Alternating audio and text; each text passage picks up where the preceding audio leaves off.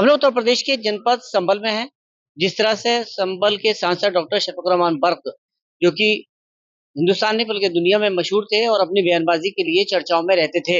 आज जिस तरह से उनका इंतकाल हुआ है, देहांत हुआ है, उसके बाद उनके घर पर जमावड़ा लग रहा है, हजारों लोग उनसे मिलने आए।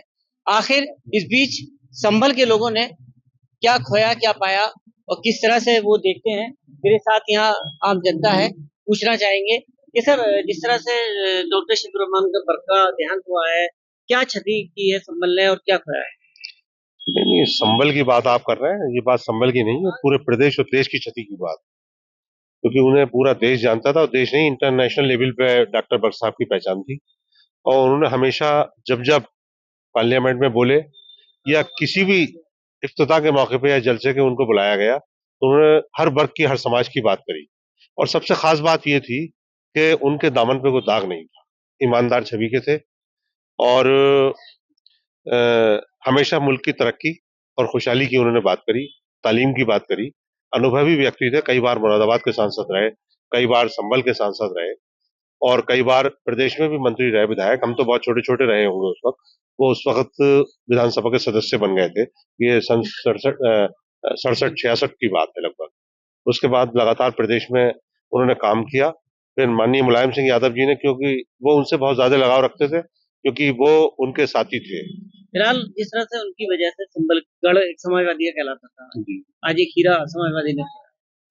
हाँ, पार्टी को तो मैं यही कहूंगा कि बहुत बड़ी क्षति और नुकसान पहुंचा है। सर, क्या कहना है इस बारे में, जिस तरह से आज डॉक्टर शफीकुर रहमान का बर्क का इंतकाल हुआ है? कहना क्या, क्या सारे महसूस? लोग गम में हैं और इतनी बड़ी क्षति हुई है कि बता नहीं सकते। हम लोग 15 साल छोटे छोटे थे तो उनका उंगली पकड़कर उनके साथ चलते थे, और देश हो या प्रदेश हो, कहीं भी कोई बात हो, विभाग अपनी राय रखते थे। कभी किसी से झुक के बात नहीं करी, अपना विभाग बात रखी जो भी है। उससे बहुत बड़ी हमारे आने वाली नस्लों के लिए, सबके लिए बहुत बड़ी क्षति है। देश के प्रधानमंत्री नाम लिया, कौन बने द्रौपदी में आया, इसके बाद ऐसे काम थे उनके। क्या याद है आपको, क्या? नहीं नहीं, इसमें तो कोई शक ही नहीं है कि पूरे देश का बहुत बड़ी नुकसान है, क्योंकि बहुत अच्छे लीडर थे। समाजवादी पार्टी के होने के साथ साथ वो सबसे लगाव रखते थे, मोहब्बत रखते थे, सभी वर्गों का काम करते थे और ईमानदार छवि के थे। ये सभी लोग जानते हैं कि ये सच्चाई है कि अध्यक्ष जी ने बताया कि उनके दामन पे कोई भी दाग नहीं है, और विकास के लिए भी जो कुछ हो सकता था वो पूरी कोशिश करते थे। क्या मानते हैं सर, जिस तरह से संभल के सांसद डॉक्टर शफीकुर रहमान करते हैं? डॉक्टर शफीकुर रहमान वर्क हमारे अब्बा, पूरे शहर का बर्फ ये गब्बत है। आज अब्बा हमारे बीच में रहे तो हमें एहसास होगा जैसे यतीम हो जाता, अभी तो यतीम हो गया था। क्या मानते हैं आप? बहुत दुख की बात है ये, संभल से डॉक्टर शफीकुर रहमान बर्क साहब का चले जाना। बहुत बड़े लीडर थे, तो काफी दुख की बात है। दुख की बात है, काफी मेरे साथ है। क्या मानते हैं सर, जिस तरह से डॉक्टर शफीकुर रहमान का इंतकाल हुआ है, क्या खोया है?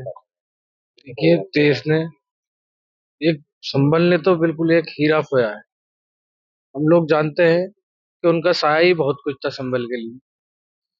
देश प्रदेश में एक चर्चित चेहरा थे, तो देश मुल्क के लिए और मुसलमानों के लिए हर वक्त आवाज उठाने वाले एक नेता थे। सर, आपका काफी अरसा रहा, काफी साथ रहा डॉक्टर का पार्टी में, आप भी मजबूत रहे हैं, और क्या क्या महसूस कर रहे हैं?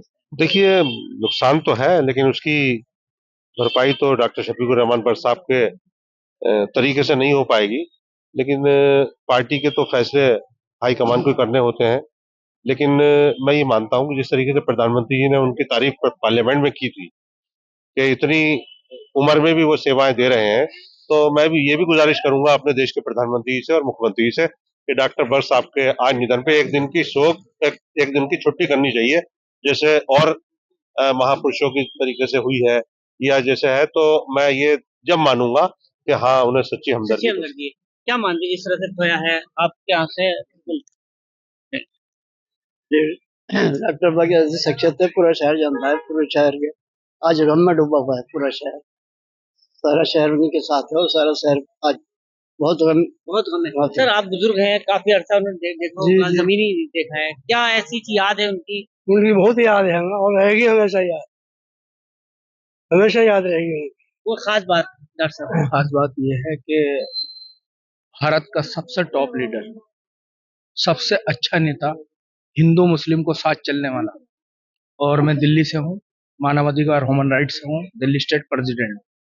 और ये समझ लीजिए, जिससे पता लगा मुझे फौरन बड़ा धक्का लगा कि एक हमारे बीच का इतना हसीन लीडर और इतना कॉम्प्रेस लीडर चले। क्या मानते हैं आप जिस तरह से आज संभल की सरजमीन के अजीम लीडर थे और उन्होंने यहाँ से लेकर पूरी दुनिया में नाम कमाया और इतना नाम कमाया कि सारे लोगों को फेल कर दिया। इस वक्त उनकी पोजीशन का कोई लीडर नहीं था। उन्होंने बहुत खिदमत करी लोगों की, सुबह से शाम तक, रात के 12 बजे तक काम करते थे पब्लिक का, और कभी किसी से कोई पैसा, कोई दामन पे दाग उनके नहीं लगा। पूरी जिंदगी खिदमत में लोगों की गुजार दी क्या क्या और यहाँ संभल में विकास कराया है। उनके जाने से बहुत क्षति हुई है। 94 साल की पूरी जिंदगी उन्होंने वक्त कर दी राजनीतिक करियर में।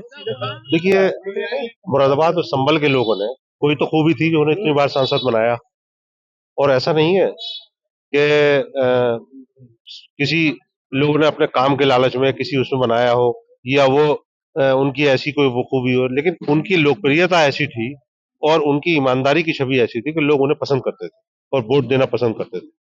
इसलिए वो समाजवादी पार्टी से कई बार सांसद रहे, मुरादाबाद और संभल से।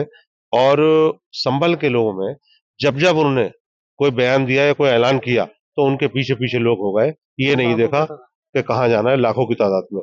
आज जो आप ये देख रहे हैं उनके घर पे, और यहाँ उनके निधन के बाद में जो लाखों लोग अभी तक इकट्ठा, कल सुबह तक तो क्या हाल होगा, लेकिन अब तक, और मेरे पास तो अन्य सूबों से कई जगहों के पूर्व मुख्यमंत्रियों के और कई मेंबर पार्लियामेंट के